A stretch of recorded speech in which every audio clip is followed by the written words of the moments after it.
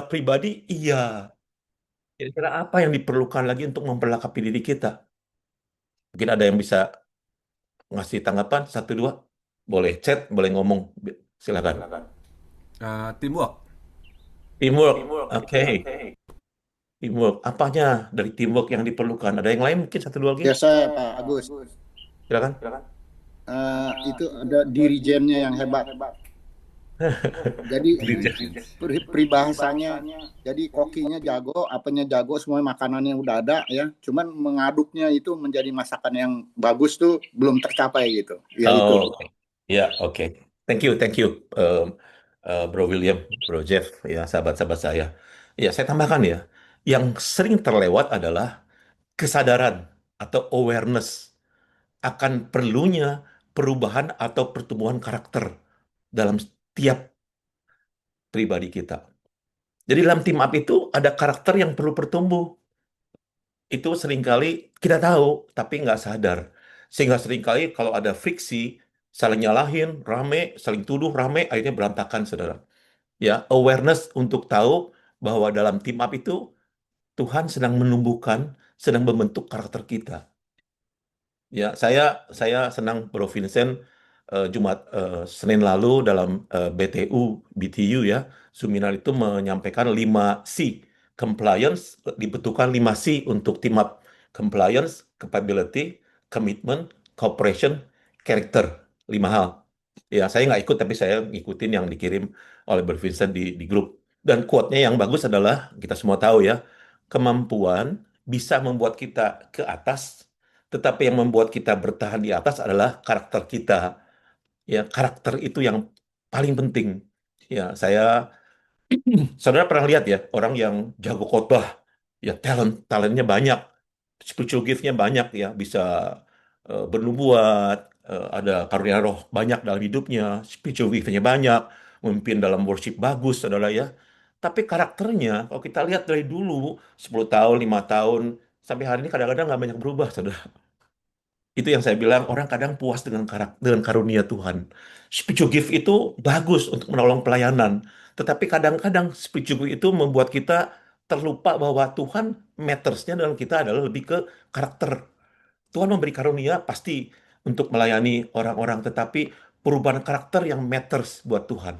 Nah, ini yang saya mau ajak kita semua diskusi. Izin saya meng-highlight poin yang terakhir dari Bro Vincent ya. Yang kelima, karakter. Ya, bagaimana Tuhan membentuk karakter baik kita? Jawabnya adalah lewat tim, saudara. Ya, saya senang Bro Visa sampaikan gini, untuk tim up yang bagus diperlukan karakter. Saya setuju, saya tambahkan. Lewat tim juga Tuhan membentuk karakter kita, saudara. Dan kesadaran ini perlu punya. Tanpa kesadaran itu kita cenderung mudah eh, burn out. Nggak tahan artinya kita keluar. Ide nyalahin orang lain, atau nyalahin diri sendiri, atau nyalahin suasana. Akhirnya kita keluar. Ya, tim bukan hanya membutuhkan karakter yang baik, tetapi melalui dan di dalam tim juga Tuhan membentuk karakter kita. Ya, ada firman Tuhan yang populer dalam mengasah karakter kita. Kita lihat di Amsal, bentar ya, Amsal 27 ayat yang ke-17. Ini populer sekali ya. Besi menajamkan besi, orang menajamkan, saya pakai menit dulu ya, supaya nggak kelewat 20 menit. Oke, besi menajamkan besi, orang menajamkan sesamanya. Ya, ini bicara mengenai eh, orang-orang saling mempertajam dalam arti positif ya, karakter dan kemampuan masing-masing satu sama lain, mirip seperti besi yang diasah dengan besi. Ya, bicara mengenai komunitas dan interaksi sosial untuk pertumbuhan dan perbaikan diri, karena gesekan yang terjadi saat interaksi dengan orang lain dapat membentuk karakter menjadi lebih baik. Oh ya, sebelum saya lanjut, saya eh, ada pertanyaan ke saya pribadi mengenai apakah ini team up to equip ini cocok juga buat eh, hubungan rumah tangga, suami istri. Yes, tepat. Karena dalam team up, rumah tangga pun perlu team up. Perlu tim yang sevisi, seiman, sepikiran, dan bagaimana buat team up-nya. Jadi, saudara yang sama-sama hadir boleh menerapkan juga bukan dalam tim Full Gospel LOF, juga dalam tim rumah tangga ya, termasuk hubungan suami istri. Oke, Em, kita diharapkan menjadi lebih tajam atau bijak dan lain-lain untuk tujuan Christ-like, menjadi serupa dengan Kristus, agar kita menjadi berkat, berbuah untuk orang lain. Seperti Roma 8 ayat 28 29 ya. Ini udah populer juga ya, saya bacain ya. Kita tahu sekarang bahwa Allah turut bekerja dalam segala sesuatu untuk mendatangkan kebaikan bagi mereka yang mengasihi Dia. Brother sister, seringkali orang berhenti sampai sini. Apa yang membaik itu? Ya, cuan, promosi, sehat, dan sebagainya. Padahal sebenarnya yang Tuhan maksud di sini adalah kelanjutannya. Ini di belakangnya 29 ya. Untuk apa? Untuk menjadi serupa dengan gambaran anaknya. Supaya ia, anaknya itu, menjadi yang sulung di antara banyak saudara. Brother sisters, perhatikan. Orang Tuhan menaruh orang sekeliling kita, kadang-kadang pasangan, anak, orang-orang setim dalam full gospel EOF yang nyebelin, saudara, yang buat kita, aduh, ini orang gini-gini amat, ini nggak berubah. Tuhan yang sengaja, saudara, bukan buat dia doang. Ya, kita diminta untuk nolong dia kalau memungkinkan, tapi nomor satu untuk mengasah kita. Kalau kita ngap-ngap sampai kayaknya mau give up, saudara, yang perlu kita look through adalah diri sendiri. What happened with me? Tuhan, tanya Tuhan, bagian mana saya yang Tuhan sedang bentuk? Seperti besi menajamkan besi. Jadi kita nggak mudah give up dan keluar. Atau pernikahan mudah cerai. Pintas, saudara, cerai itu. Tetapi saya percaya itu bukan tujuan Tuhan. Team up untuk kita semua. Ya, inilah final destinasi kita menjadi serupa dengan gambaran anaknya. Karena kita diciptakan serupa dengan dia. Dia mau kita balik seperti dia. Dengan cara apa? Dengan cara apapun, saudara. Bekerja dalam segala sesuatu. Saudara, saya percaya segala hal itu bukan yang baik di mata manusia, bukan yang sehat, baik, promosi, bukan, saudara. Even bangkrut, susah, sakit, Tuhan izinkan supaya kita balik sama Dia. Yang matters buat Dia bukan mengubah situasi, saudara, mengubah kita, mengubah hati kita melihat Dia, melihat masalah, dan bagaimana kita bergantung sepenuhnya sama Dia dan percaya pada karakternya. Itu yang matters buat Tuhan, saudara. Jadi kita serupa dengan gambar dari Allah dari saat penciptaan. Oke, saudara, saya bayang gini, kalau tim punya visi yang baik, tadi ada yang komen tentang ada pimpinan yang baik, ya, teamwork yang baik, betul, ya. Pertanyaannya adalah gini, kalau tim dengan visi yang baik dan hal yang baik, tapi pertengkaran dalam tim ini sesekali atau sering terjadi sana sini, saudara, kira-kira kalau kita mau menarik orang yang terbelenggu tertawan sama Tuhan, mau bergabung nggak, saudara? Kira-kira enggak kan, saudara bilang, ah, iyalah, orang ya banyak memberitakan firman tetapi baku hantam di dalam, aduh, mereka "Ya udah deh nggak ada gitu." Ini menjadi, ya, mohon maaf ya, batu sandungan untuk kita, banyak kita, saudara. Ini yang perlu kita pahami dengan bagaimana kita berurusan dan Tuhan berurusan dengan karakter kita, ya. Oke, mari kita pahami beberapa unsur yang diperlukan untuk karakter kita bertumbuh menjadi Christ-like. Yang pertama adalah community. Bagaimana karakter bertumbuh memerlukan nomor satu, tentu dengan bantuan Roh Kudus ya, community. Pertumbuhan spiritual, atau ada yang nanya gini, Gus, buat saya yang penting dekat sama Tuhan. Saya kenal Tuhan saya. Saya tahu saya bisa diasah. Pertanyaannya, saudara, umum. Apakah Tuhan bisa mengubah karakter kita hanya dengan Tuhan saja, saudara? Tanpa dengan bergabung dengan komunitas? Ya, jawabnya enggak. Ya, justru Tuhan memakai komunitas untuk mengasah kita mempunyai karakter seperti Kristus, saudara. Ya, nggak bisa dengan Tuhan saja, saudara. Ya, dia memerlukan komunitas, community. Ayatnya adalah, jikalau seorang berkata, aku mengasihi Allah, tetapi ia membenci atau tidak mengasihi saudaranya, maka ia adalah pendusta. Karena barang siapa tidak mengasihi saudaranya, yang dilihatnya, tidak mungkin mengasihi Allah yang tidak dilihatnya. Ya, seringkali ya, orang bilang, yang penting saya kenal Tuhan saya deket. Nggak perlulah komunitas. Ya, saudara, mungkin dekat dengan Tuhan, tapi tidak diasah karakternya. Padahal what matters buat Tuhan adalah karakter kita. Ya, oke. Justru Tuhan memakai manusia dan komunitas untuk mengasah kita menjadi Christ-like. Yang kedua adalah hardship. Saudara, em, kita tahu di Galatia ya, buah roh itu adalah kasih, sukacita, dan seterusnya. Saudara, kalau kita nggak dihadapkan orang-orang, termasuk pasangan ya, atau anak ya, yang nggak menjebalkan, tidak mau dengar, susah dialog, keras hati, keras kepala, muncul nggak, saudara, buah roh? Bagaimana kita bisa menunjukkan kasih kalau orang itu baik-baik saja, saudara? Mudah memberikan kasih pada orang yang baik sama kita. Tapi orang yang auban, saudara, yang waduh nyebelin banget nih orang gitu, dan muncullah kasih, muncullah kesabaran, saudara itu ya, muncullah kelemahan lembutan. Kita belajar penguasaan diri menghadapi orang-orang yang Tuhan izinkan ada di sekeliling kita nyebelin, saudara. Nah, kalau saudara ngerti dengan ini, saya pun belajar ya, hardship, kesusahan seperti ini, dan Tuhan tahu, kita tahu Tuhan sedang membentuk kita dengan untuk menumbuhkan buah roh dengan pertolongan Roh Kudus tentunya, ya, saudara. Hardship ya. Juga tentunya kita perlu ingat ya, dalam dalam team up itu, kita ini semua, apalagi full gospel interdenominasi, pandangan tentang iman doktrin ini bisa beda-beda, saudara. Untuk itu kita perlu flexibility yang besar, jiwa yang besar untuk menerima orang berbeda, saudara. Nggak mudah ini, sangat tidak mudah. Belum kepribadian, karakter, pola asuh, pandangan, kebiasaan, dan lain-lain nilai kehidupan. Beda, saudara. Diperlukan fleksibilitas dari kita untuk membentuk tim up. Tapi fleksibilitas itu membuat kita muncullah yang tadi, kasih, kesabaran. Itu bentuknya fleksibilitas. Yang ketiga, candid friend, ya, orang yang jujur, terbuka, mau menegur dengan kasih, tapi mau bicara kebenaran, saudara. Nggak mudah. Banyak orang cenderung ngambil resiko. Ngapain gue mesti negur dia? Ntar dia musuhin gue, dia nggak mau sama gue ditegur, saudara. Tetapi dikatakan di Amsal 27:5-6, lebih baik teguran yang nyata-nyata daripada kasih yang tersembunyi. Seorang kawan memukul dengan maksud baik, tapi seorang lawan mencium, saya ingat Yudas ya, secara berlimpah-limpah. Tapi lawan sebetulnya. Mana yang saudara, saudara dan saya pilih? Kita eh, eh, pintar-pintar untuk melihat, ya, kalau memang eh, kata-katanya kadang-kadang pedas, tapi benar-benarnya ada, kita belajar menerima kontennya, saudara, dari kata-kata itu, karena itu baik, menyehatkan kita, ya, candid friend. Oke, yang berikutnya adalah supporting, ya.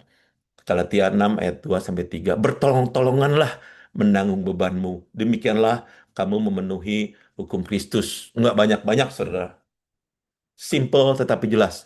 Bertolong-tolonganlah, saudara. Seringkali saya pun sama. Kadang-kadang saya lupa.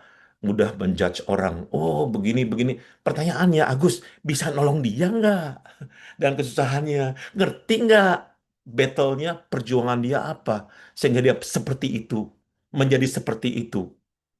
Bisa tolong dia nggak? Bisa doain dia nggak? Instead of, oh, mungkin gosipin, ngata-ngatain, orang ini kok gini-gini amat gitu. Saudara ingat ya, sama saya sama-sama ya. Pada waktu kita mulai merasa, ini orang gini-gini amat, ingat satu hal. Tuhan sedang membentuk kita dan atau minta untuk kita nolong dia. Dua hal itu, saudara. Instead of kita menjauh atau ngata-ngatain, saudara. Ya, oke. Memiliki teman seiman dan sevisi itu perlu saling membangun, saling mengingatkan, saling menasehati, saling menegur, saling menantang dalam hal yang positif, dan mendorong untuk hal lebih baik. Yang kelima, close to hurt. Wah, ini keren nih. Saudara, persiapan diri untuk dilukai. Ya, saya semakin lama semakin dekat sama Bro Adam, sama Bro Irwan, sama Bro Erwan, dan lain-lain dia. Tapi saya mesti prepare untuk terluka, saudara. Semakin dekat kita dengan orang yang bersahabat, dengan orang yang dekat, saudara, semakin banyak gesekan, memang kita bisa terluka. Bukan negatif justru. Namanya kita mempersiapkan diri karena tidak ada orang yang bisa melukai kita kecuali orang yang dekat. Betul, saudara? Tidak ada orang yang bisa melukai kita kecuali orang dekat, termasuk pasangan.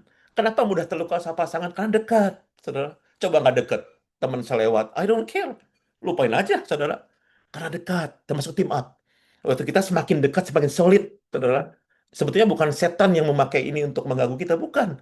Tuhan mengizinkan kita terluka oleh orang tersebut supaya kita eh, prepare bagaimana membereskannya, bagaimana kita sabar, duduk bareng, bicara, semakin mengenal.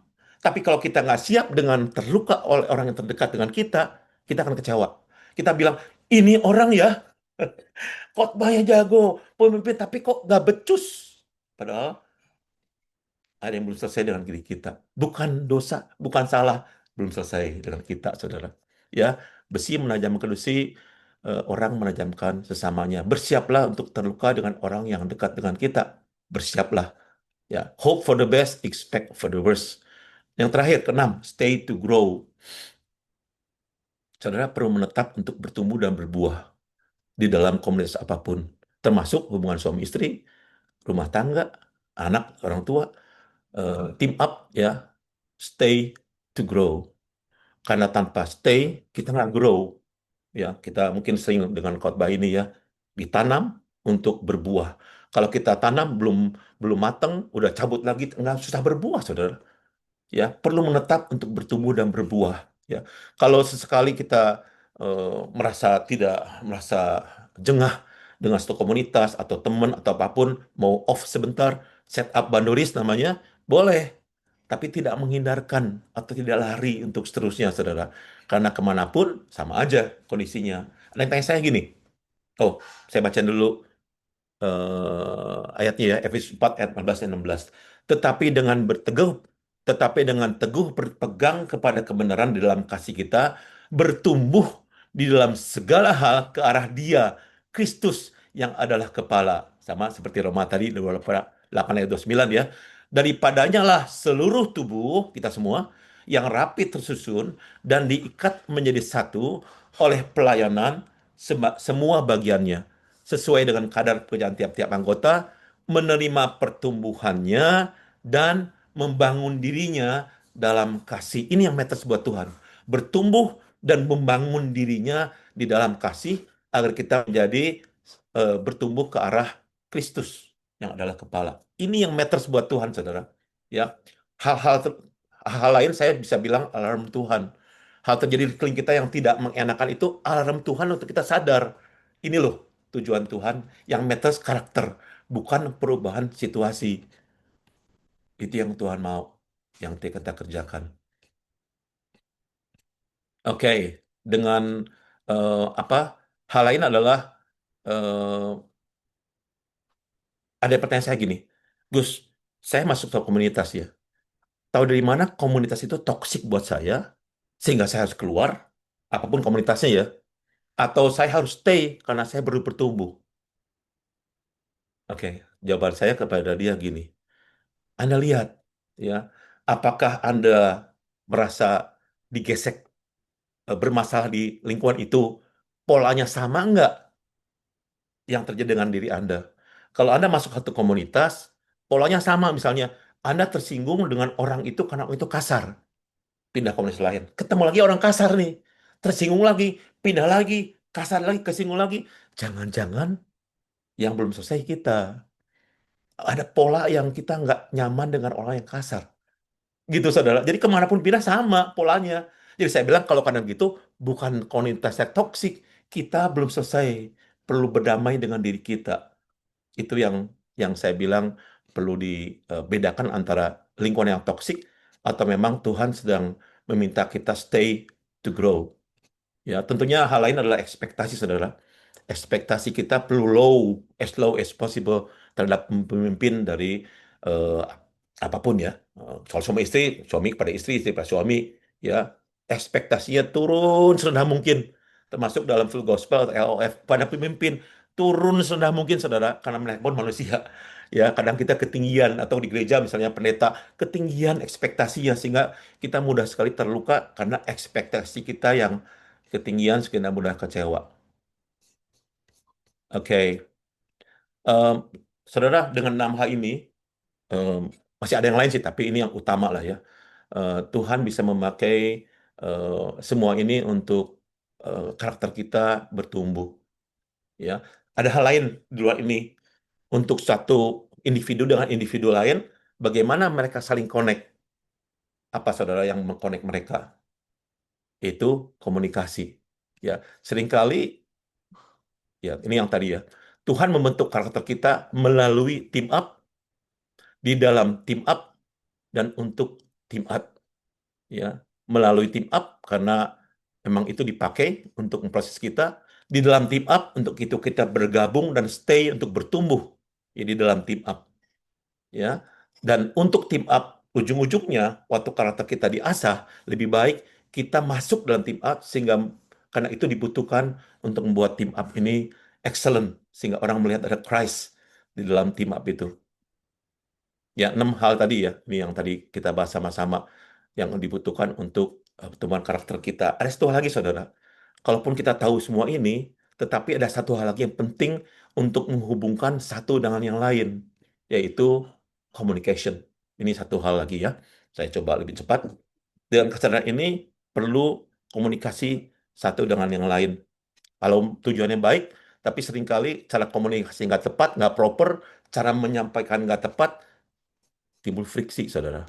Apa hal yang diperlukan dalam komunikasi ya? Di mana-mana ya, rumah tangga, relasi, semua maksudnya baik, saudara. Tapi karena komunikasinya nggak proper, jadi masalah. Ya, saya melayani di bidang konseling, 70% lebih masa rumah tangga itu adalah dari komunikasi, saudara. Ya, yang pertama adalah active listening. Saya nyapu dulu ya.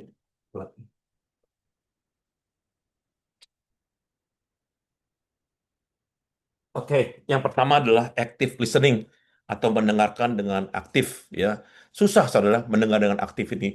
Kebanyakan dari kita, apalagi problem solver kita ya, maunya ngasih nasihat, ngasih solusi seperti saya saudara. Jadi untuk mendengar itu sulit. Orang ngomong kita berpikir saudara, perhatiin deh. Orang ngomong ada masalah kita hadepin nih. Dia ngomong kita berpikir, otaknya muter nih. Apa ya nasihat apa saya mau ngomong ya? Kira-kira firman Tuhan apa ya? Jadi nggak dengar saudara. Susah active listening itu, saudara. Ya, perlu empati untuk kita mau nasihati orang, ngerti dulu dari mana orang yang datangnya, latar belakangnya apa, ya, apa yang dia pikirin. Seringkali kita juga main reading atau asumsi di otak kita. Oh, ini seperti belum tentu, saudara. Listen itu penting. Ini membuat komunikasi lebih baik kalau kita bisa belajar listen. Waktu dengar tidak pikiran kita tidak jalan. Coba tunda, tunggu, saudara, ya. Apalagi kalau kita udah punya intensi nih, saya mau ajakin dia untuk melayani full gospel, di otaknya udah siap nih ketemu orang nih, pokoknya saya berusaha supaya dia mau melayani. Udah saudara, dia ngomong apa nggak didengar saudara, karena tujuannya supaya melayani saudara, jadi nggak nyambung komunikasinya karena kita punya tujuan di otak kita, walaupun tujuannya baik tapi kita nggak denger. Nah itu menurut saya perlu kita pahami ya, ya perlu kita pahami. Oke, perlu juga pertama-tama kalau bicara itu memvalidasi omongan orang supaya dia merasa didengarkan. Kadang-kadang kita perlu mengulang, oh maksud kamu begini ya. Jadi dia tahu didengerin. Kita biasanya gini, oh enggak, kamu enggak begitu. Oh, langsung kita ngomong, waduh, nggak maju, saudara. Apalagi kalau lagi friksi, aduh lah, ribut, saudara. Ini saya perhatikan di mana-mana banyak karena komunikasi. Dulunya baik, tapi komunikasi nggak jalan karena tidak menerapkan active listening. Saudara sering dengar kata-kata ini nggak? Dua orang ngomong nih, lagi debat nih. Tunggu gini ya, tunggu. Tunggu. Kenapa? Nggak mau denger. Pengennya saya ngomong. Saudara bilang, itu kamu yang tunggu. Waduh, ramai saudara. Karena masing-masing pengen melontarkan pendapatnya, apalagi kalau bertentangan. Ya, banyak orang tidak nyaman. Perhatikan saudara, banyak orang, tidak semua orang nyaman dengan perbedaan pendapat. Ya, perhatikan. Tidak semua orang nyaman dengan perbedaan pendapat. Kalau kita cukup nyaman, cukup baik. Tapi nggak semua sama seperti kita. Paham dengan ini. Kadang-kadang orang beda pendapat, merasa dirinya tidak diterima. Padahal pendapatnya bukan orangnya. Tapi some people feel like that. Memang belum selesai. Tapi ada orang seperti ini, saudara. Yang kedua adalah open dialogue. Ya, setelah kita, 20 menit sudah ya. Oke, saya mau cepat aja ya. Jadi setelah belajar mendengar, belajar bicara. Ada orang nggak mau bicara, nggak mau risiko, tapi perlu belajar, saudara. Open dialogue bicara mengenai jujur dan transparan. Ya, kalau kita nanya, tapi kan udah siap nih, apa yang kita mau jawab menurut versi kita, itu nggak open dialogue, saudara. Ya, yang gampang ya. Saya sama istri saya jalan di mall. Ini bisa diterapkan dalam banyak hal ya. Saya jalan di mall sama istri saya nih. Istri saya di depan, saya di belakang dia. Terus kita lagi, saya bilang gini, saya lihat ada tanda kalau mau ke bawah itu di lantai 5 ya, pakai lift belok kanan nih. Dia di depan saya nih. Terus saya bilang gini, namanya Kiki ya. Ki, kamu mau kemana? Mau lurus. Emang lurus kemana? Ya ke bawah. Terus saya bilang gini, padahal saya tahu kan mesti kanan. Saya bilang gini, ke kanan dong mestinya. Tuh ada pelangnya tuh ke kanan tuh. Ke bawah gitu. Nah itu nggak honest, saudara. Itu nggak jujur. Kita mentrap orang tanpa sadar untuk dia ngakui saya lebih benar, dia lebih salah, saudara. Seperti itu polanya banyak di mana-mana, saudara. Kita nanya orang, tapi kita tahu jawaban yang benar. Tunggu dia ngomong salah, baru kita ngomong supaya kita merasa lebih baik. Ini pola, saudara. Nggak semua, saya tahu. Tapi ini pola yang namanya tidak jujur atau tidak transparan dalam bicaraan. Karena biasanya ada luka. Kita sama dia udah nggak enak nih. Kita trap dia dengan apa menurut Anda? Oh, dengar dulu. Udah dengar? Saya bilang, nih buktinya ini. Wah, jadi kan bertentangan, saudara.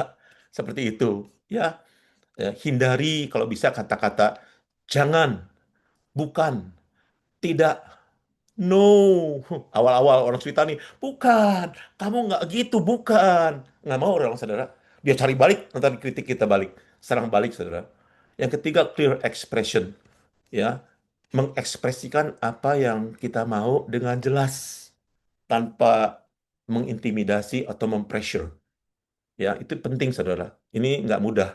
Karena kadang-kadang, saya contohnya ya, kalau saya ini, saya contohin ke yang keluarga aja ya, nanti terapkan dalam gospel bisa ya. Kalau kita mau menyampaikan sesuatu, misalnya bilang gini, saya ke anak saya gini, anak saya namanya Steven, dia udah married, pindah bisa rumah dengan saya, ketemu di gereja. Fen, malam ini kamu mau kemana?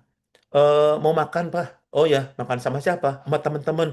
Oh ya, makan di mana? Apa makannya? Dia tanya gini, Pak, Papa berarti maunya apa? Saya bilang gini, oh papa maunya kamu ke rumah papa mampir bisa nggak? Nah, itu jelas pak, gitu. Muter saudara. Kadang bingung, kadang.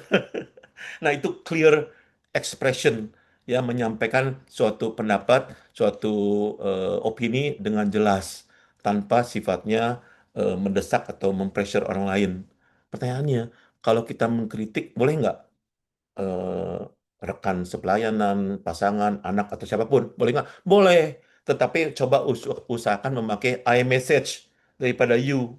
Sering saudara di mana saya lihat, mungkin saya dulu juga itu. Kamu tuh ya, lu tuh, bro, kamu itu udah merasa udah siap-siap dah tameng defensif karena dengan you message dengan I. Kalau saya merasa kurang nyaman dengan omongan sesuatu, mulai dengan I.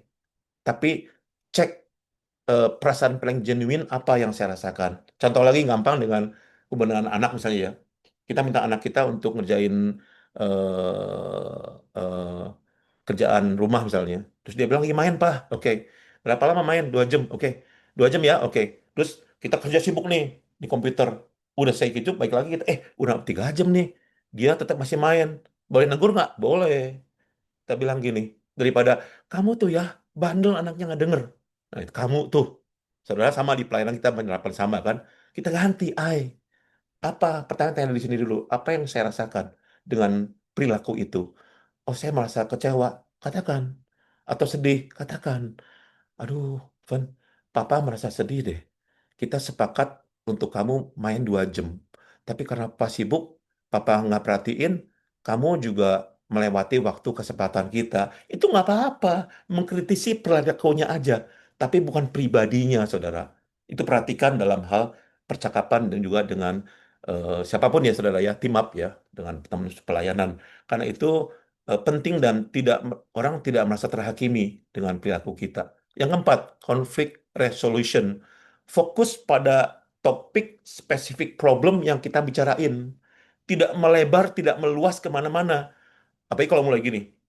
Ya, memang memang kamu itu, ya enggak, 5 tahun lalu. Kamu gini-gini. Oh, jadi melebar, saudara.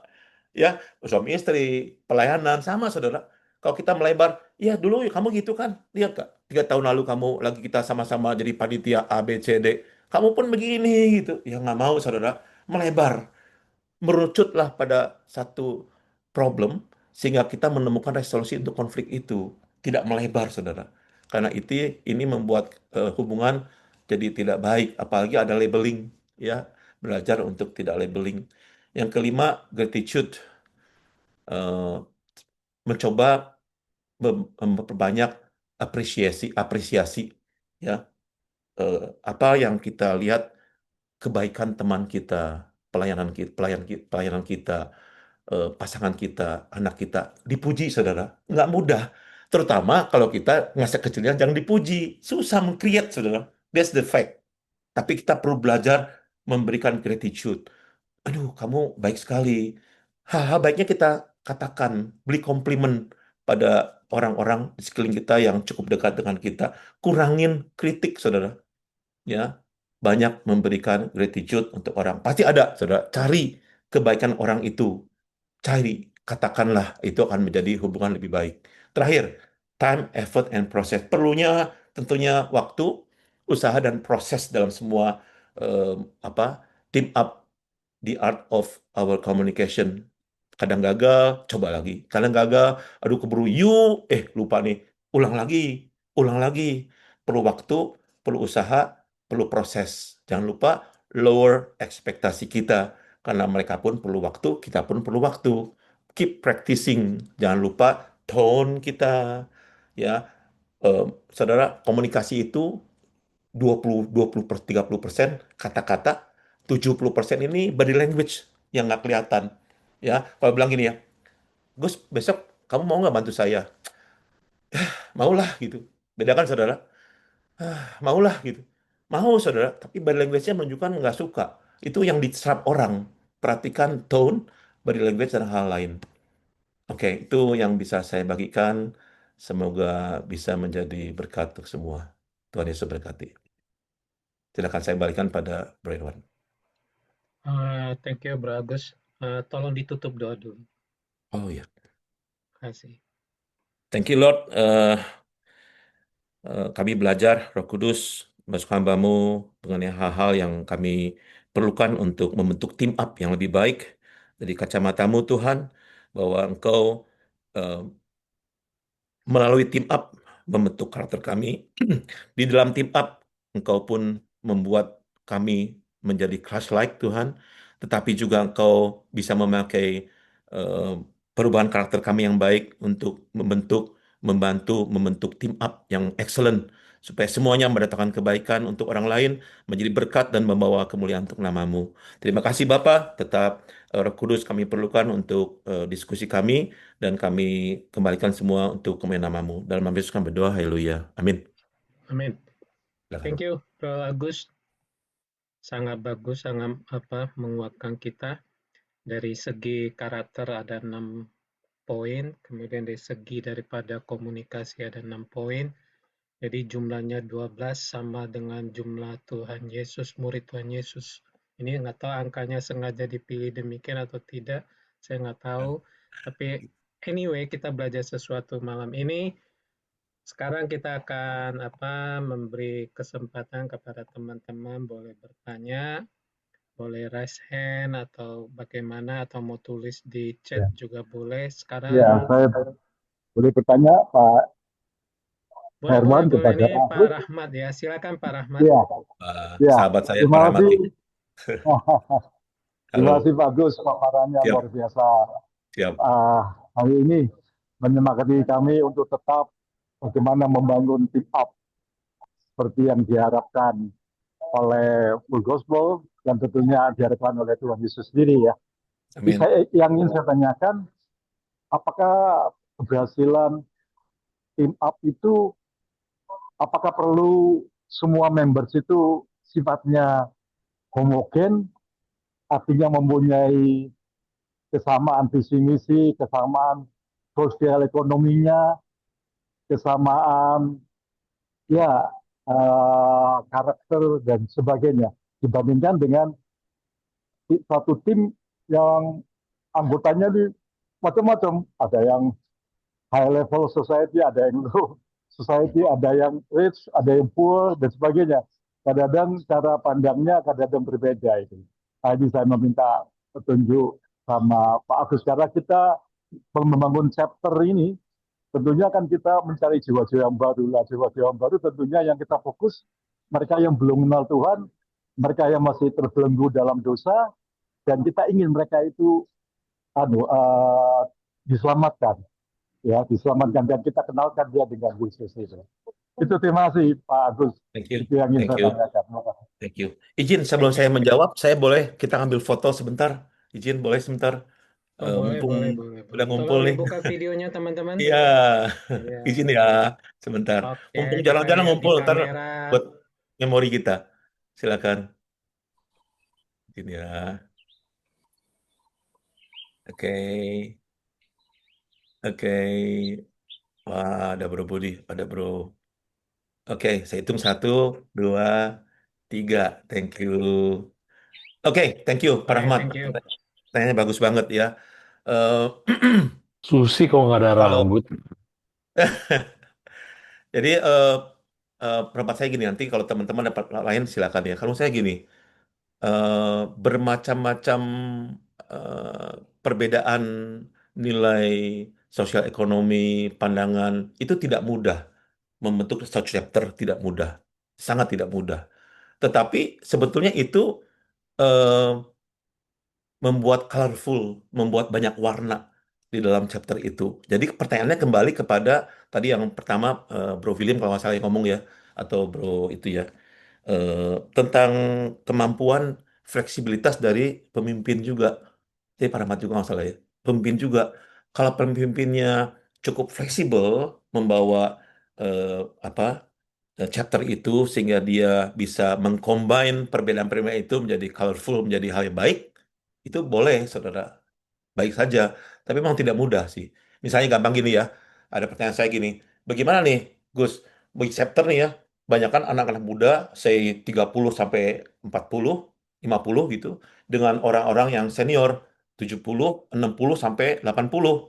Kalau digabung kadang sulit gitu. Ya, betul, nggak mudah. Itu baru segi usia, belum lain-lain ya pandangan, nilai, determinasi. Tapi menurut saya kembali kepada bagaimana terutama pemimpinnya mengajak ya tentunya dengan member tersebut ya, bagaimana bisa berbesar hati untuk saling merangkul di dalam chapter itu. Kembali gitu. Kalau memang kayaknya sulit ya memang eh, jangan terlalu banyak perbedaannya, agak sulit gitu. Itu mungkin Pak Rahmat ya bisa menjawab. Oke, makasih Bro Agus. Apakah menjawab Pak Rahmat? Ya, terima kasih Pak Agus. Thank you, thank Responnya you. Thank dan you, Pak jawabannya. Rahmat. Ya, terima kasih Iya, Tuhan berkati Pak. Mungkin thank you. saya tambahkan sedikit ya. Di Ya, dalam pelayanan FGB MFI, ada visi yang kita udah sepakati bersama. Ya, itu adalah prinsip. Ya, kita kalau visinya tidak sepakat, bagaimana kita berjalan ke tujuan itu. Jadi untuk visi itu secara prinsip itu kita harus sepakat sehingga tujuan itu bisa kita capai. Di dalam mencapainya itu urusannya dengan misi. Ya, misi itu bagaimana cara mencapai visi. Ini ada beberapa ketentuan yang diberikan oleh FGB MFI. Di dalam penerapannya kita fleksibel, ya. Ada beberapa hal yang bisa kita lakukan bersama-sama, kita lihat background-nya, kita lihat kondisinya, dan jangan lupa kita mengandalkan Roh Kudus ya. Oke, oke, itu hanya tambahan aja. Mungkin teman-teman lain nanti bisa tambahkan lagi. Saya kira itu aja. yuk. Mungkin teman lain ada bertanya ini, ada yang mengangkat tangan. Silakan Pak Romulo. Terima kasih. Saya dari jauh, dari Medan. Halo, Pernah salam. bertemu dengan Pak Adam. Makasih Pak Agus ya. Saya tadi sangat Ya. tertarik dan menyimak hampir seluruh kata demi kata yang Bapak sampaikan. Dan semula ini saya lihat di playernya jam 7.30. Ya, 7.30 waktu Indonesia. Tapi saya curiga kalau ini dia NZ nggak mungkin. Maka saya coba lagi dan saya temukan dia padahal pukul 3.30 di Indonesia. Oke, terima kasih. Yang saya mau tanyakan adalah soal active listening. Itu satu materi yang sangat penting di materi di coaching ya. Kalau di coaching itu ya active listening. Ada yang pernah saya alami case-nya aja. Ketika kita memimpin rapat misalnya di satu organisasi, katakanlah di pimpinan rapat regional kita, belum kita mulai, kita kasih agendanya, terus kita lakukan revisi dari awal, belum kita mulai, kata pembukaannya, udah aku dulu, dengar dulu nih, nanti itu katanya. Nah, hal seperti ini tadi ada 6 caranya bagaimana dia untuk memulai active listening itu, di komunikasinya jadi macet. Jadi pertanyaan saya kepada Pak Agus, karena tadi Pak Erwan mengatakan ketika visi itu sudah sama, kemudian cara mencapainya itu adalah di misi, ini udah enak kita bawanya. Tapi ketika visi dia tidak tahu, misi dia tidak tahu, mengkomunikasikan sangat sulit sekali. Nah tentunya perlu Pak Agus kasih tips sama kita, supaya di tempat kami yang jauh ini, apalagi karakter komunikasinya tahu sendirilah di Medan itu gimana. Saya mau bertanya, gimana caranya Pak Agus? Terima kasih. Ya, thank you Pak. Ya, nanti tentang menyampaikan visi misi, ini Bro Erwan sama Bro Adam ini pasti lebih lebih ahlinya nih, senior saya di Full Gospel ya. Eh, ya, eh, kita tahu lah ya karakternya ya, bagaimana terutama orang Medan. Saya punya teman di Medan beberapa. Waktu saya bercakap-cakap, saya kaget-kaget, ini marah nggak ya gitu. Kau gitu gitu. Oh, marah nggak nih gitu. Waktu saya tahu ternyata enggak, oh memang itu cuman gaya bahasa intonasinya seperti itu gitu ya. Salah satu sahabat saya Pak Julianto Simanjuntak, dosen saya juga sama. Kalau ngomong itu kita pernah berempat Pak, barengan berangkat ke New Zealand. Saya Pak Julianto dengan istrinya Bu Wita. Kita New Zealand seminggu lebih berempat nih. Istrinya gini, Pak, kau sayang nggak sama aku? Lah, kau tanya aku, masih kau percaya tidak aku percaya sama kamu gitu. Saya pikir loh, menyatakan saya kok kenceng gitu. Saya kaget-kaget, tapi belakang saya tahu memang begitu gayanya. Gitu. Nah, orang yang berbeda sering kaget-kaget gitu. Jadi kalau saya bilang memang kita perlu belajar mengenal dengan siapa kita berhadapan, budaya tadi ya, budaya, nilai, pandangan, kebiasaan, warisan dari pattern model. Itu menurut saya yang perlu kita pelajari plus diri sendiri. Kalau kita tidak nyaman dengan itu misalnya ya, orang ngomongnya kenceng nih. Saya nggak nyaman dengan orang ngomong begini. Tapi nggak tahu itu budaya, tapi tetap nggak nyaman. Saya dulu begitu. Saya cek masa kecil saya. Oh, masa kecil saya itu papa saya ngomongnya kenceng. Jadi saya dengan luka papa saya belum selesai, waktu ngadepin orang yang ngomongnya kenceng, saya cenderung menghindar, nggak mau bergaul. Nah, ya saya yang perlu berdamai dengan diri sendiri. Kira-kira gitu, Pak Romulo. Nah, kalau tentang menyampaikan visi misi, boleh mungkin Bro Adam atau Bro Erwan yang menambahkan, silakan. Ya, saya thank you Bro Agus. Saya kira Pak Adam aja, kasih Pak Oh Adam. iya, silakan.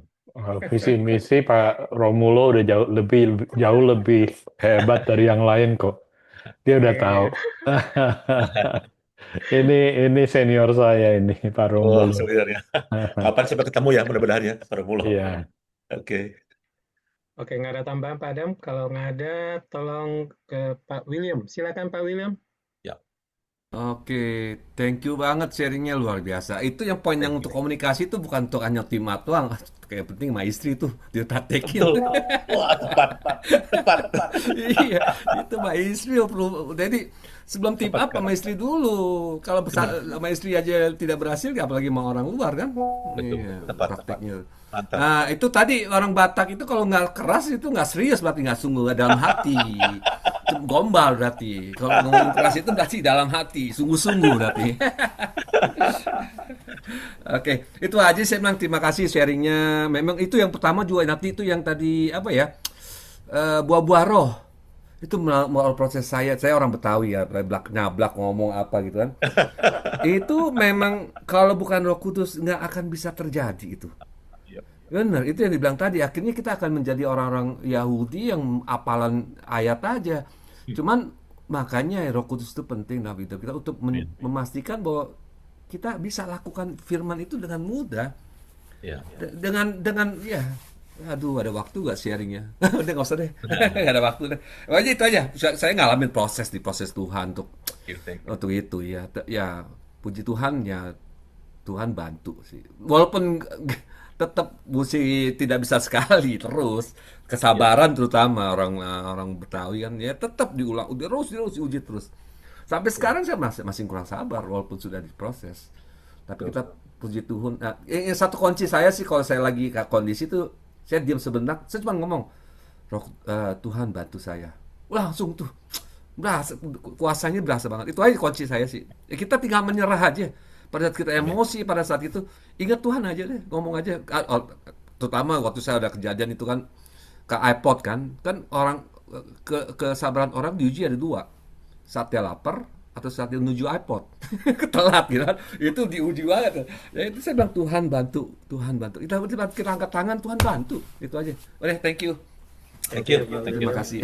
Thank you. Bro Agus ada tambahan untuk komentar dari Pak William? Oke, thank you, Bro William. Bapak Ibu, komunikasi itu seperti sepele, tetapi saya ngalamin sendiri banyak sekali masalah dalam komunikasi, ya. Sampai saya belajar mengenal diri, mengenal pasangan. dan kita lumayan mulai menjalankan. Dan dalam pelayanan counseling saya, hampir semua, lebih dari 70% datang dari eh, komunikasi yang tidak belajar untuk proper komunikasi. Itu masalah dalam keluarga. Nggak ada suami sengaja nyakitin istri atau istri nyakitin suami, nggak ada. Tadi komunikasi yang tidak dipelajari itu menjadi masalah dalam keluarga. Oke, ada Bro Carlos sih bertanya. Oke, Ya. makasih. Sekarang giliran Bro Carlos. Silakan Bro Carlos.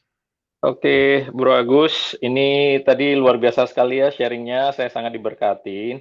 Ini saya ada pertanyaan yang praktikal nih, jadi yang Ya. bisa kita apply langsung di chapter.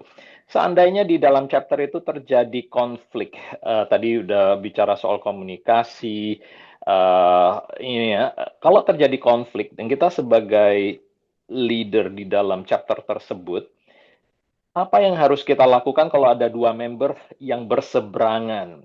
Katakanlah yang satu strong dengan opininya dia, yang mana kita sebagai leader cenderung setuju. Saya pakai contoh yang real aja deh. Ini contoh Ya. real ini terjadi. Yang satu anti perceraian. Di dalam member ada orang yang sudah pernah bercerai. Oke? Sama-sama ada di dalam sebuah chapter, kemudian terjadilah perdebatan, pembicaraan tentang pernikahan, kekudusan, yang satu Alkitab bilang pokoknya tidak boleh cerai-cerai. Sedangkan yang mengalami perceraian, dia merasa terusik. Kamu nggak tahu keadaan saya. Nah, sekarang perceraiannya sudah lewat, ngapain kamu menghakimi saya lagi? Contohnya seperti itulah. Nah, terjadilah keributan. Nah, kita sebagai leader, kita kan juga punya prinsip firman Tuhan. Oke, perceraian salah. Di mana kita bisa mencari titik tengahnya tanpa mengiyakan ataupun tanpa mengkompromi value kekristenan kita, memang bahwa perceraian itu nggak benar, tapi tanpa mengusik orang yang sudah pernah bercerai ini. Nah, jadi bagaimana sebagai seorang leader di dalam chapter menjembatani dua orang yang sedang berkonflik seperti itu? Iya, oke. Wah, pertanyaan sulit nih. Tapi ini benar terjadi dan saya bingung. Praktikal, betul. Oke, sebagai pemimpin, menurut saya sebagai pemimpin, kalau perceraian itu sudah terjadi, saya umumnya menyampaikan begini.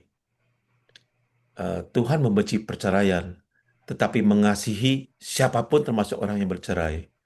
Itu prinsip yang saya pegang terus gitu ya. Jadi kalau sudah terlanjur bercerai, kita nggak bisa bilang terus mendesak orang itu salah gitu, menurut saya. Karena sudah terjadi.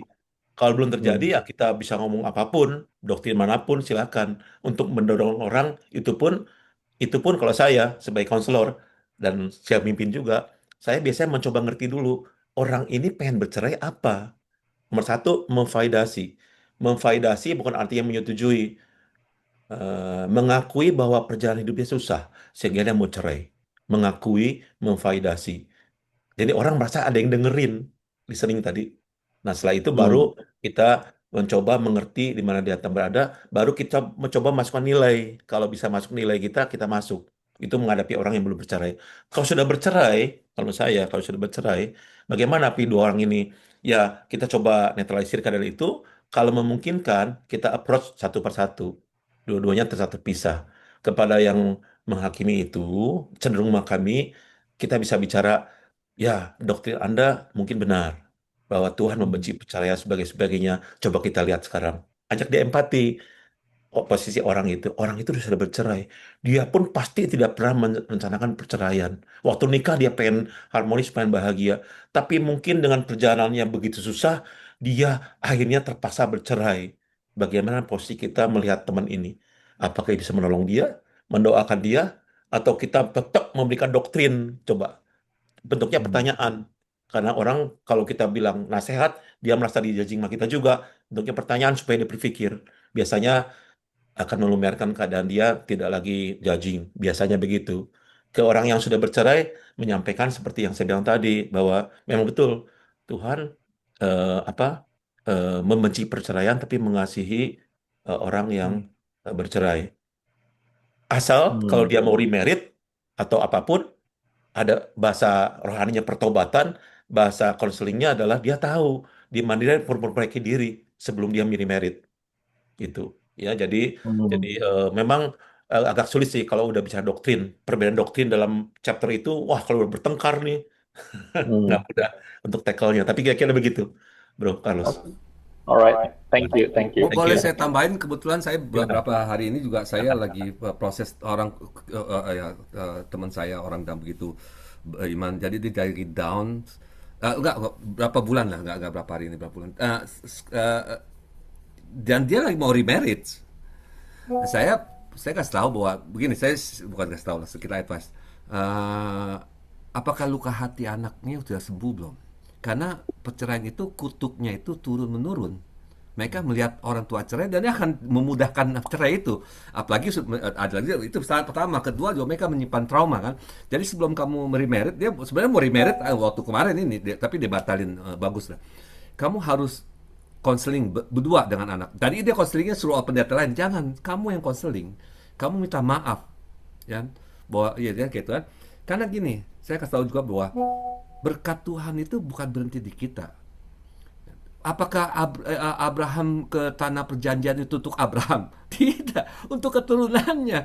Jadi jangan pikir itu yang berkat Tuhan untuk kita. Enggak, Tuhan lihat jauh ke anak kita. Jadi pastikan anak kita itu tidak, karma itu tidak turun ke anak kita. Jadi putuskan karma itu supaya berkat Tuhan tetap mengalir ke mereka. Walaupun itu salah kita, bukan salah anak kita. Tapi kalau kita buat salah, jangan sampai seperti istrinya Abraham yang kedua yang diusir. Coba lihat anak-anaknya. So, ya udah itu aja sih. Ya penting sekali untuk konseling ke anak. Tanya anaknya, boleh gak saya kawin lagi? Kalau bilang nggak boleh, jangan, saya bilang. Sorry Gitu. Pak William, saya kira Sorry. tema perceraian ini kita bahas di kesempatan lain. Karena hari ini adalah team up, ya. Nanti kita akan undang lagi Bro Agus ini khusus Siap. temanya perceraian. Ya, saya udah selesai. Ya, betul, saya udah selesai. Oke. Ya, thank you. Karena takutnya nanti kita terlalu panjang di perceraian. Nggak, iya, betul, saya udah mau Kita tutup tadi. team Ya, up, sip. ya. Sorry saya potong ya. Sorry. Enggak, memang udah mau selesai itu saya tadi. Iya, itu. Oke. Ya. Bro Agus, saya kira itu nanti kita bahas saja. Nanti Bro Agus akan dihubungin oleh Bro James. Ya. Nanti tema kita perceraian. Saya kira tanggalnya nanti kita atur kapan. Ini salah satu tema yang sangat populer ya. Kita akan lihat bagaimana. Sekarang saya ada pertanyaan sebelum saya kasih ke Bro Andi Tamara, yaitu ada pertanyaan dari Bro siapa nih? Pak Joko ya Pak. Di sini ada pertanyaan, apa hambatan yang paling sering muncul dalam suatu teamwork ya maksudnya ya. Begitu Pak Joko? Ya, Hambatan yang paling sering muncul dalam suatu ya, tim. dan bagaimana cara Silakan mengatasinya. dijawab, Bagus. Thank you. Hambatan yang sering muncul dalam teamwork. Kalau menurut saya yang pertama adalah mengenal diri dan mengenal orang lain. Itu paling hambatan, paling nomor satu. Mengenal dirinya siapa, mengenal orang lain siapa. Karena teamwork itu perlu mengenal diri saya siapa, saya berdiri, termasuk bicara iman ya. Siapa saya di depan Tuhan, siapa Tuhan menurut saya perlu tahu. Dan waktu kita berteamworknya untuk full gospel, sama. Menurut dia, siapa dia depan Tuhan, dan siapa Tuhan depan dia. Waktu itu berbeda aja udah sulit untuk kita bercakap-cakap. Kalau membicarakan mengenai masalah iman misalnya. Belum masalah kepribadian, nilai kehidupan, kebiasaan, pattern, warisan, dan sebagainya. Banyak sekali gitu. Jadi menurut saya, hambatan nomor satu adalah seringkali kita merefleksikan diri kita ke orang lain. Padahal belum tentu sama orang lain. Jadi kita bilang ini, dia kok bisa begitu ya? Mestinya kan begini.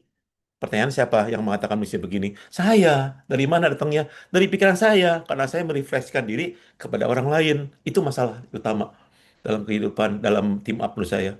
Di samping yang lain-lain ya, tapi dalam komunikasi atau dalam teamwork adalah kita seringkali tidak kenal diri, tidak kenal orang lain, tapi kita merefleksikan diri pada orang lain. Jadi timbullah friksi. Dan kita merasa benar lagi. Itu yang seringkali jadi masalah. Gimana menanganinnya? Ya belajar mengenal diri, nomor satu. Ya, kenal diri kita nggak siapa. Kenapa kita begini-begini, responnya begini, apa dari mana gitu. Itu menurut saya kira-kira. Ya, Bro Joko. Thank you. Oke, Terima kasih, bagus. thank you Pak Joko, Sama. thank you Bro Agus. Sekarang Ya, kita kasih Bro Andi, silakan Bro Andi. Ya, thank you Bro Agus buat sharingnya. thank you. Sangat menginspirasi juga. Terutama tadi komunikasi itu penting banget. Ya, Itu seni kan, tadi bilang art of ya, communication, is seni. Jadi nggak semua itu bisa nggak langsung bisa berkomunikasi dengan baik. Jadi perlu betul. dilatih, perlu belajar. Nah tadi dibilang clear expression, kan kadang-kadang ada orang yang susah untuk mengekspresikan ya, apalagi mungkin Betul. yang dari background keluarganya lebih diam, orang yang lebih Ya, reserve, ya, introvert. Nah, saya ya, pernah dengar cara untuk bisa mengekspresikan dengan baik, terutama buat mungkin suami istri atau keluarga atau mungkin di timnya sendiri dengan menulis.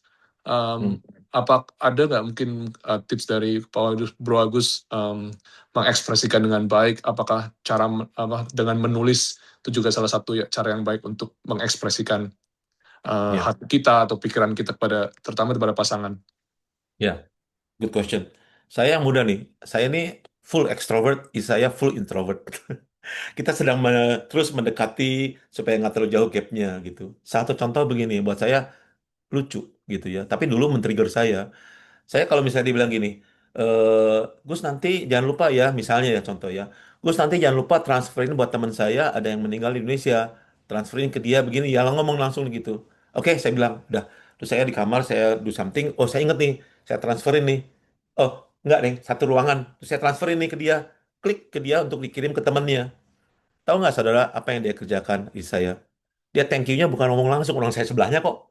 Lewat itu, WA, thank you gitu. Dulu saya gini, susah amat sih depan sebelah-sebelah, thank you aja langsung gitu. Waktu saya belajar nih, tadi yang Bro Andi sampaikan bagus banget. Introvert, reserve, dan tidak mudah mengekspresikan diri. Kan dari keluarganya, warisannya terbiasa untuk tidak komunikasi. Itu bukan salah, memang warisannya begitu, polanya begitu. Waktu saya mengenal dia, memahami dia, tidak memaksa atau menuntut dia berubah, lebih tenang kehidupannya. Jadi saya bilang tadi, kenal diri, kenal pasangan, kenal diri, kenal teman sepelayanan, itu penting. Ya, jadi waktu saya kenal, oh introvert seperti itu, keluarganya tidak ekspresif. Jadi kalau dia bilang thank you-nya lewat WA, padahal saya di sebelah dia, saya ngerti, memang begitu buat dia lebih nyaman. Ya sudah, dulu saya gini, kok gitu ya? Ternyata waktu saya bilang kok gitu, saya nih punya perasaan seperti ditolak, tidak diterima. Kok nggak mau ngomong langsung? Karena menurut saya, pendapat saya mestinya ngomong langsung. Waktu saya tidak masalah diterima, saya ada masalah penolakan waktu kecil. Waktu kecil saya suka dikritik, nggak diterima, sebagainya. Itu membuat saya sulit menerima orang yang tidak me- menyetujui pendapat saya. Waktu itu ya, sampai saya memulihkan diri, saya lebih leluasa, lebih bisa gitu. Jadi menjawab pertanyaan Bro Adi tadi gitu, menurut saya bagaimana mengenal pasangan kita atau orang yang berseberangan dengan kita dan mencoba mengerti tanpa menuntut untuk mengubah dia. Karena yang penting mengubah diri, meresponnya bagaimana terhadap dia. Nah, bagaimana bercakap-cakap dengan orang seperti ini? Ya, coba kalau dia memang senang nulis ya nulis, nggak apa-apa. Tapi kalau memungkinkan untuk mengajak orang introvert untuk bicara, carilah topik yang menarik buat dia. Cari topik yang menarik buat dia sehingga dia merasa nyaman bicara sama kita. Karena introvert pun sebetulnya senang bicara dengan orang-orang yang nyaman dengan dia. Saudara perhatiin. Waktu saya dulu ini ya, beberapa tahun lalu gini. Saya ini kalau ngomong sama saya sedikit ketus-ketus. Tapi kalau ngomong sama teman yang dia nyaman, ceritanya banyak. Dulu saya gini, kok bisa ya? Saya agak marah dulu, kesel. Kok bisa ya? Cemburu bahasanya. Tapi waktu saya belajar, oh ada luka dengan saya. Saya coba ngerti, prioritaskan dia, sebagainya. Jadi nyaman, baru bisa. Demikian juga dalam team up menurut saya. Waktu kita ngerti siapa yang kita hadepin, entah itu member, entah teman sepelayan, ngerti dia, ngerti kita, bagaimana menghadapi dia dengan baik. Nah, muncullah muncullah ada interaksi yang positif dan membangun. Kayak gitu berarti ya. Kalau dia senangnya nulis, nggak apa-apa, nulis aja. Gitu. Beda-beda orang. Thank you. Thank you Bro Agus. Thank you Bro Andi untuk pertanyaannya. Saya kira karena waktu juga yang akan memisahkan kita. Sekarang sudah jam 9 waktu Sydney. Mungkin ada satu sedikit sepatah kata tambahan Bro Agus sebelum kita nanti saya minta tolong Pak Romulo untuk doa tutup untuk acara Zoom kita. Yang penting saya hanya tambahkan bahwa nanti tim doa akan menghubungi Bro Agus lagi akan arrange topik yang lain. Mungkin salah satu yang tadi Pak Carlo, Bro William nanya, itu akan menjadi satu tema yang akan dibahas ya. Tolong dicatat aja, coming soon Siap. teman-teman. What's the Siap. news from the group? Mungkin Bro Oke. Agus ada tambah sepatah kata, dua patah kata sebelum nanti saya kasih Pak Romulo untuk tutup doa kita. Siap. Saya mau meng-highlight kata-kata yang saya tahu Roh Kudus yang berikan saya, bahwa Tuhan itu memang memberikan visi yang baik untuk 2026 untuk Full Gospel Team Up sangat baik gitu. Sadarilah bahwa tujuan Tuhan memakai Team Up sebagai alat untuk menjangkau orang-orang yang tertawan terbelenggu, tetapi dalam Team Up juga kita diproses karakter kita dalam Team Up juga untuk kita ini semakin Christ-like seperti penciptaan kita. Pertama Tuhan menciptakan kita segambar dengan rupanya Allah, dan kita juga diminta untuk belajar stay untuk berbuah. Kalau gesekan, saudara, Bapak, Ibu, termasuk saya belajar ya, kalau gesekan terjadi, itu justru proses Tuhan membentuk kita lewat gesekan. Jadi bersiaplah dengan gesekan. Thank you, Amin. Bro Herman. Thank you, Bro Agus. Mohon Pak Romulo untuk tutup doa, doa kita malam. Silakan Pak Romulo. Mari kita bersatu dalam doa. Tuhan, terima kasih di hari yang indah, hari yang malam ada di Australia dan New Zealand, dan hari yang baik untuk seluruh Indonesia. Kami telah mendengarkan semua pembicaraan dialog antara hubungan-hubungan komunikasi kami di dalam topik kami untuk menjadi Team Up yang menjadi fokus kami untuk menjalankan chapter dan menjalankan pelayanan kami di FGA Bright. Terima kasih Bapak di surga kepada pembicara Pak Agus dan teman-teman dan di diaspora yang telah melakukan dengan baik. Berkati kami Tuhan di dalam keseharian kami, keluarga kami, dimanapun kami berada, sehingga fellowship ini Tuhan tidak membatasi komunikasi kami oleh karena region, oleh karena jarak dan waktu. Biarlah berkat dari surga kepada kami semua demi satu, karena Tuhan memberikan satu kesempatan kepada kami untuk melayani di wadah ini.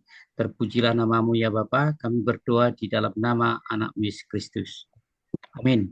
Amin. Thank you Pak Romulo. Sampai ketemu lagi. Thank you, Pak Agus. Thank you, Agus. Thank you, Romulo, Pak Romulo. Thank you, Pak Agus.